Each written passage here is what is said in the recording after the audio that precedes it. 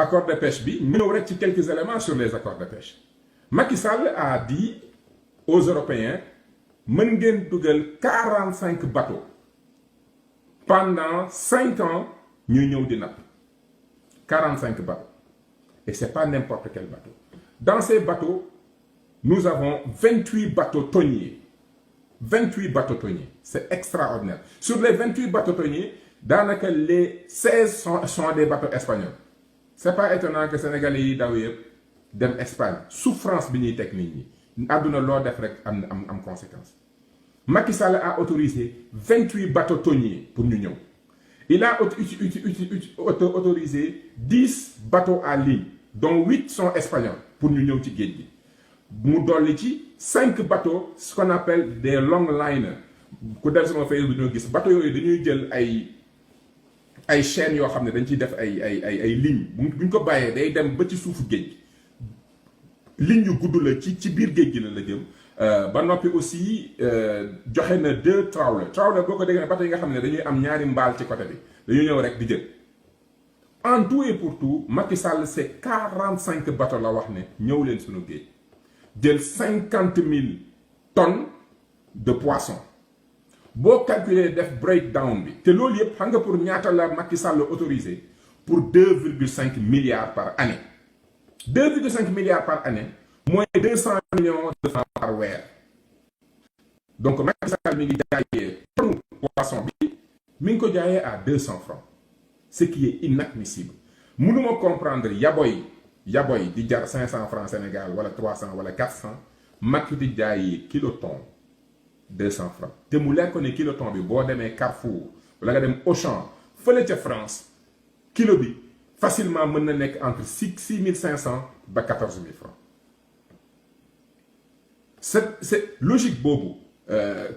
lu nga xam ne sax da nga naan naka la lii mën a nekkee noonu la doxalee te lu ko andi boo amul xam-xamu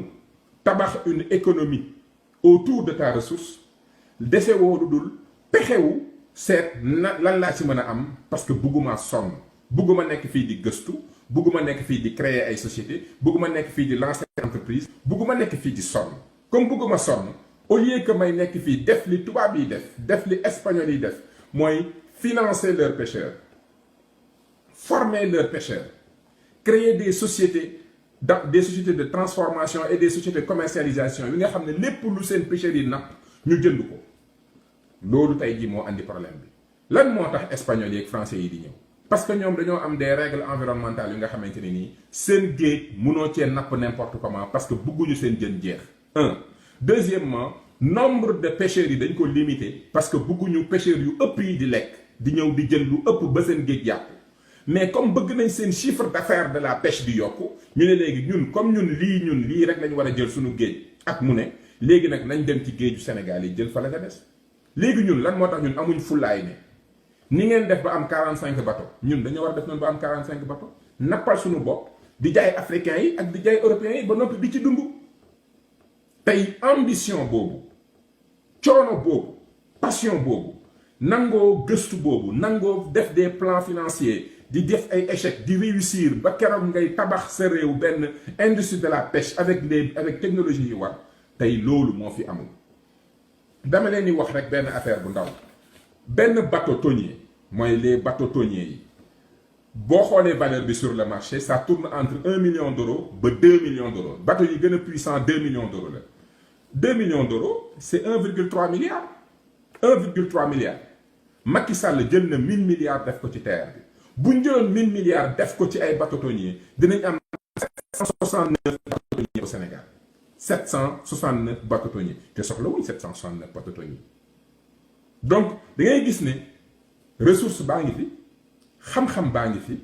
xaalis baa ngi fi ni ñuy lever financement ak monter des entreprises def des montages financiers ba bâtir benn économie de la pêche bu nit ñi di mën a di dund di liggéey ak di commercialiser c'est du possible sauf que dañoo am njiit yoo xam ne pexe politique bi gën a yomb moo leen intéressé balaa may nekk fii di rayante pour jéem a exploiter sama bopp sama pétrole naa jaay licence balaa may nekk fii di bañ a sonal sama bopp di génne or bi naa ko jaay fer de Falémé balaa may nekk fii di ubbi ay usines di yuy génne fer comme ni Mauritanie def Mauritanie boo fa demee di nga fa fekk benn usine buy transformer fer te usine boobu tey bokk na ci usines yi nga xam ne li muy verser xaalis gouvernement mauritanien képp xamul nu mu toll. ku dem sama page YouTube def naa ci liggéeyu 30 minutes bu leer nañ pour wane SNED société de minière mauritanienne li muy versé ci alal depuis 1976 depuis 1970 ñoom moomal seen bopp seen usine di exploiter seen bopp seen fer Macky Sall ñëw tey jël suñu mine de minerai daal di koy joxe lii yëpp lan la ñàkk mën naa ne ñàkk jom la ñu baal ma ñàkk jom parce que jom mooy ne li nit ñi am dama koy am fi nit ñi jaar dama fay jaar fi Espagne jaar ba tabax lii dama koy def te li gën a metti mooy boo demee tey ci bateau yi ñëw di napp boo xoolee équipage ba liggéey bi gën a metti mooy long line yi di xëcc ton yu mag yi ay sénégalais ñu ngi fa di def liggéey boobu